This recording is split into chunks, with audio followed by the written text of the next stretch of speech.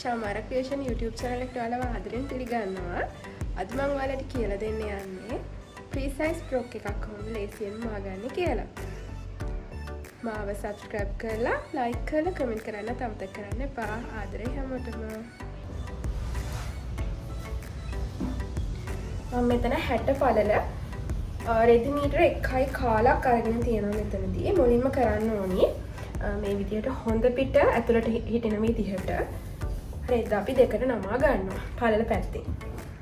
ඊට පස්සේ ආයෙ වතාවක් මේ විදිහට ඒ ආපු කොටස දෙකට නමා ගන්නවා. එතකොට දැන් මෙතන පළල අඟල් 15ක් විදිහට තමයි තියෙන්නේ.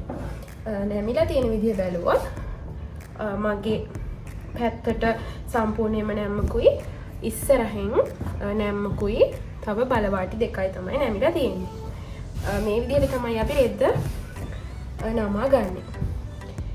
ඊට පස්සේ අපි ඉස්සෙල්ලාම රෙද්දේ පකරි ඇදයක් තියෙනවා නම් ඒක නැති කරගන්න නිසා ඔන්න රේඛාවක් ඇඳ ගන්නවා. ඊට පස්සේ අපි ඉස්සෙල්ලාම මේ ඇඳුමේ කර මාක් කරගමු. මේක අර precise ගවුමක් නිසා අපි කර පළල විදිහට 3මාරක් ලබමු වෙනවා. කර පළල 3මාරකුයි ඉදිරිපස කර ගැඹුර විදිහට මෙතන මම අඟල් 6ක් ලබමු කරනවා. ඊට පස්සේ අපිට මේ රේඛා දෙක කොටුවක් ආකාරයට ඇඳ ගන්න පුළුවන්.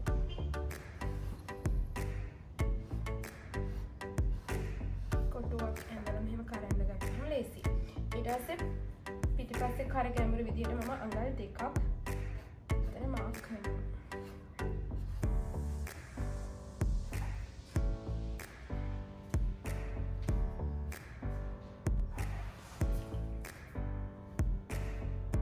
මේ ගවුමට වෙනම අත් දාන්නේ නැහැ. මේකෙම තමයි අත් දෙක එන විදිහට මහගන්නේ. එතකොට දැන් මෙතන සම්පූර්ණ 15ක් තියෙනවානේ. ඒ අපි අඳගත් සරල රේඛාවෙන් අඟලක් අපි මෙතන මාක් කර ගන්නවා පහළට. ඊට පස්සේ මෙතන කර පළල මාක් කරපු තැන ඉඳලා මෙතන මාක් කරගත්ත අඟලක ප්‍රමාණයට මෙතන සරල රේඛාවක් ඇඳ ගන්න.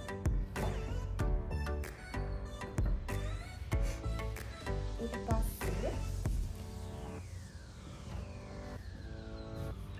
අපි මේ පැත්තෙන් පහළට අඟල් 10ක් මාක් කරනවා. ඊට පස්සේ 10 මාක් කරගත්ත තැන ඉඳලා ඇතුළට තව අඟල් 3ක් මාක් කරලා රේඛාවක් ඇඳ ගන්න.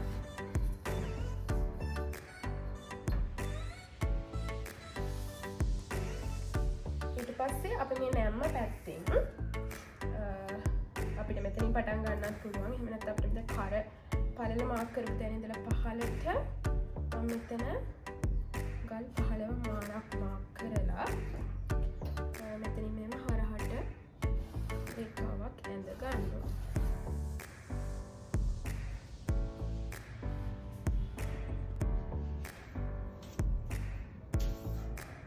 හරි අපි ඊට පස්සේ මෙතන අඟල් 15 මාරක් පහළට මාක් කරලා මෙහෙම හරහට ඇඳගත්ත රේඛාවේ මේ කෙළවර ඉඳලා මෙහාට අඟල් 4ක් මාක් කර ගන්නවා. ඊට පස්සේ අපි මෙතන මාක් කරානේ අඟල් 3ක්. ඒ අඟල් 3න් මේ පැත්තේ ඇතුලේ ඉඳලා ආයෙ එළිය පැත්තට අඟලක් මාක් කරලා මෙතන අඟල් 4 ඉඳලා මෙතනින් මෙහෙම කෑවිලා යන විදිහට වක්‍ර කරලා ඇඳ ගන්නවා.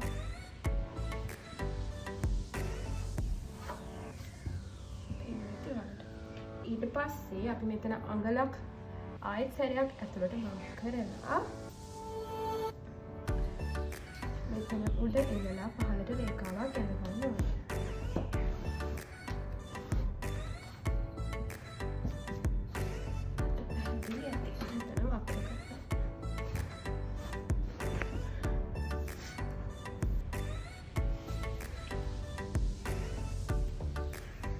අපි ඊට පස්සේ මේකේ උස මාක් කරගන්නවා.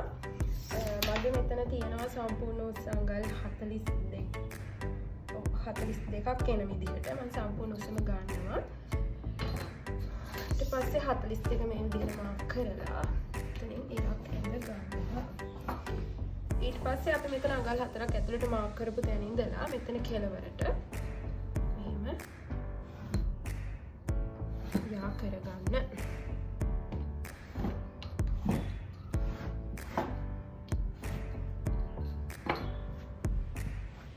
ඊට පස්සේ අපි මේ කෙළවරින් අඟලක් වගේ උඩට මාක් කරලා එතනින් හැඩ කිරීමක් කරගන්නවා.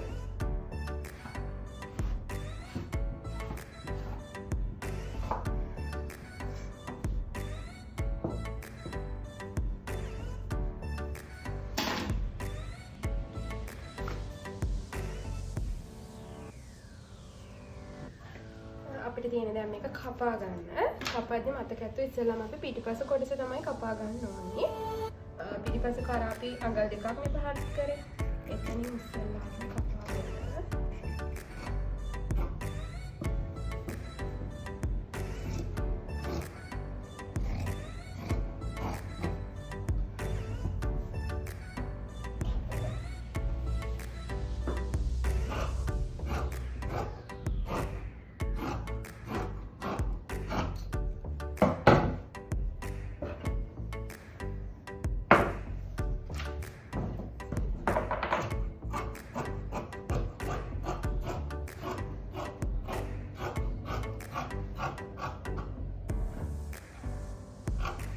වක්‍ර කරපු දැනේ අපි ගාන්ට ඒ විදිහටම කපා ගන්න.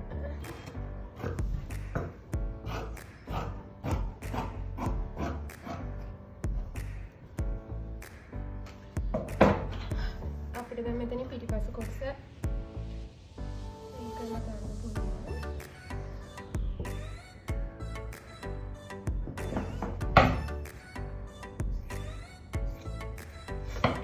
පිටිපස්ස කොටස අපිට ගන්න පුළුවන්.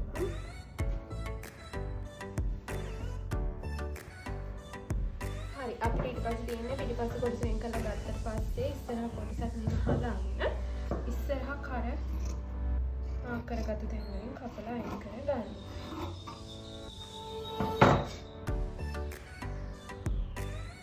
එතකොට අපිට දැන් ඉස්සරහ කොටස මෙන්න මේ විදිහට ඊපස්සේ කොටස මේ විදිහටයි තියෙනවා. ඊට පස්සේ අපිට තියෙන්නේ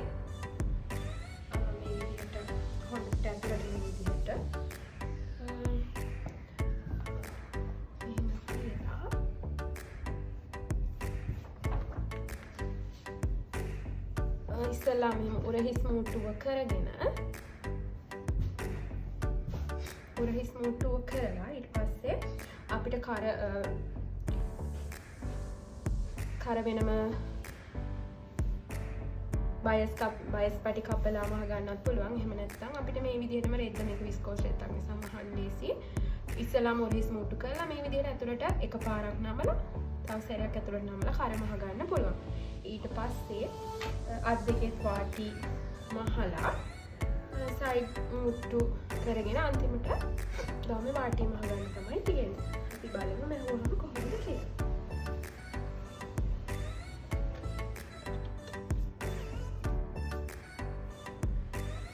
මේ තියෙන මම ඉතින් තවත් ඉක්මනින්ම රේසියෙන් මහගත්ත ගමු.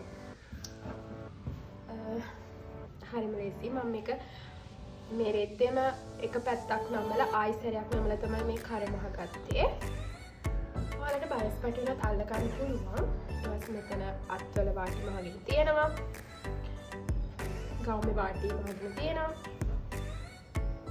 ගොඩක් ලේසියෙන්ම මේ විදිහට වාට මහලා වැඩ ගෙදරට අඳින්න. එහෙම නැත්නම් චූටි බිස්නස් එකක් විදිහට පටන් ගන්න උනත් හොඳ අදහසක් කියලා මම හිතනවා.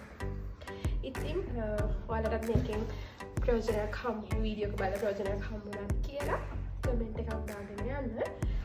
මගේ YouTube channel එක subscribe කරන්න අමතක කරන්න එපා. එහෙනම්